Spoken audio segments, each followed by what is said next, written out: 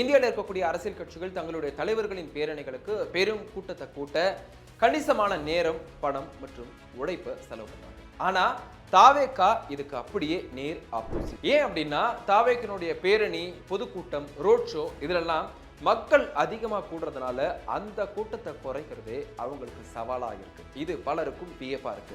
இது நான் சொல்லல, காங்கிரஸ் கட்சியினுடைய நிர்வாகி பிரவீன் சக்கரவர்த்தி சொல்லியிருக்காரு. அதாவது பிரவீன் சக்கரவர்த்தி ட்விட்டர்ல போஸ்ட் போட்டு 3 நாள் கூட ஆகல, அதுக்குள்ள இன்னைக்கு தாவேக தலைவர் விஜய சந்திச்சிருக்காரு. இதுல கூட்டணி தொடர்பாகவும், ஆளும் திமுக தொடர்பாகவும், தமிழக அரசியல் விவகாரங்கள் தொடர்பாகவும் பேசியதா சொல்றாங்க. யார் இந்த பிரவீன் சக்கரவர்த்தின்னு உங்களுக்குள்ள ஒரு கேள்வி வரலாம். சென்னையை சேர்ந்த பிரவீன் சக்கரவர்த்தி காங்கிரஸ் நிபுணர்கள் மற்றும் தரவு பகுப்பாய்வு குழுவின் தலைவரா இப்போ இருக்காரு. இவர் முன்னாள் மைக்ரோசாப்ட், IBM, வால் ஸ்ட்ரீட் பொருளாதார பிரிவுகள்ல ஒர்க் பண்ணி இருக்காரு.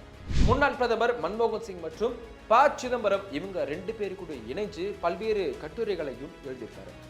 அகில இந்திய தொழில் வல்லுநர்கள் காங்கிரஸ் தலைவராகவும் இப்போ இருக்காரு. ஏற்கனவே இவர் 2024 லோக்சபா தேர்தலில் மயிலாடுதுறை தொகுதியில காங்கிரஸ் சார்பா போட்டியிட இருந்துச்சு. ஆனா திமுக இத கடுமையா எதிர்த்ததா சொல்லப்படுது. அப்பவே திமுக நிர்வாகிகளுக்கும் இவருக்கும் ஒரு மோதல் இருந்திருக்கு. அது மட்டும் இல்லாம ஆட்சியில பங்கு கேட்டு பல விவாதங்களை ஏற்படுத்தியிருக்காரு. குறிப்பா திமுக எதிர்ப்பால இவருக்கு பதிலா சுதாவிற்கு வாய்ப்பு கொடுக்கப்பட்டு அவங்க மயிலாடுதுறை காங்கிரஸ் எம்பியா ஜெயிச்சாங்க. அதுக்கு பிறகு ராஜ்யசபா சீட்டுக்கு எவ்வளவு முயற்சி பண்ணாரு, அதுவும் முடியல. அதுவும் இன்னைக்கு தாவேக தலைவர் விஜய சந்திச்சு பேசினது பல கோணங்கள்ல நாம எடுத்துக்கலாம். தாவேகா கட்சியினுடைய அரசியல் வியூக வகுப்பாளரா ஜான் ஆரோக்கியசாமி இருக்காரு. தாவேகனுடைய சிறப்பு ஆலோசகர் பொறுப்புல இருந்து ஏற்கனவே பிரசாந்த் கிஷோர் விலகி இருக்காரு.